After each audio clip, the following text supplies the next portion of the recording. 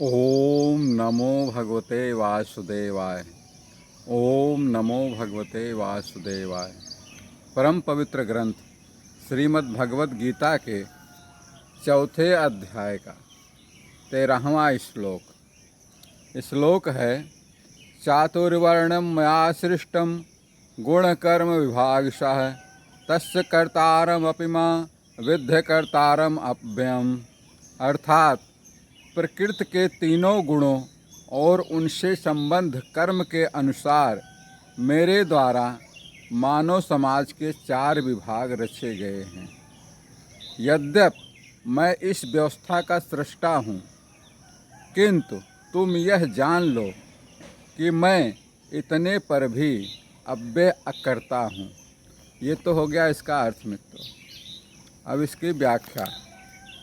यहाँ पर भगवान श्री कृष्ण समाज में 4 वर्णों की रचना के बारे में बता रहे हैं। 4 वर्ण क्या हैं? ब्राह्मण, क्षत्रिय, वैश्य और शूद्र। और ये गुण क्या हैं इनके?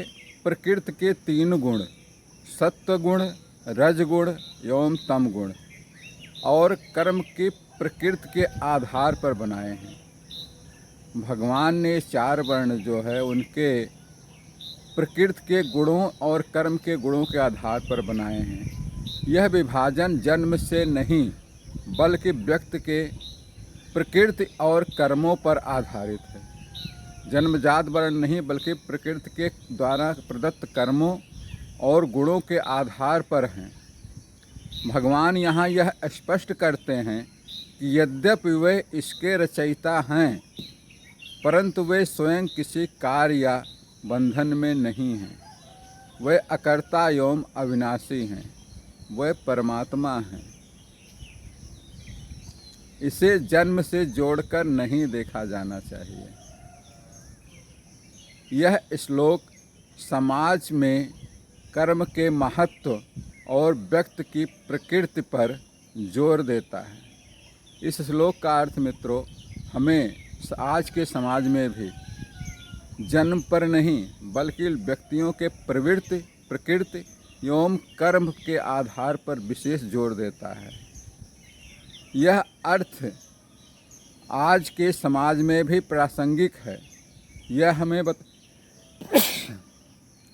हमें बताता है कि हमें अपने गुण और कर्म के अनुसार अपने कार्यों का चयन करना चाहिए। इसके अलावा हमें अपने कर्मों के फल की चिंता किए बिना अपने कर्तव्यों का पालन करना चाहिए। जब आप फल की चिंता किए बिना कर्तव्य का पालन करते हैं, तब आप उसे निस्वार्थ भाव से करते हैं। भगवान श्री कृष्ण द्वारा यह विचार किया हमें कर्म योग का संदेश देता है।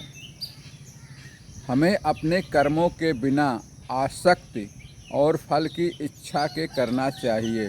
इस प्रकार हम समाज में संतुलन एवं व्यवस्था बनाए रख सकते हैं।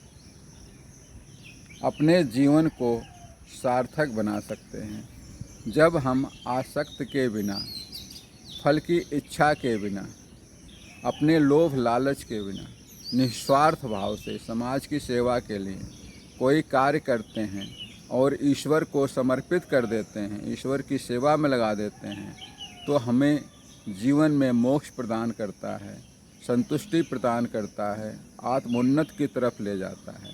बस मित्रों, आज के लिए इतना ही। अगले श्लोक के लिए कल फिर मिलेंगे। तब तक के लिए श्री कृष्ण शरणम मम। श्री कृष्ण शरणम मम।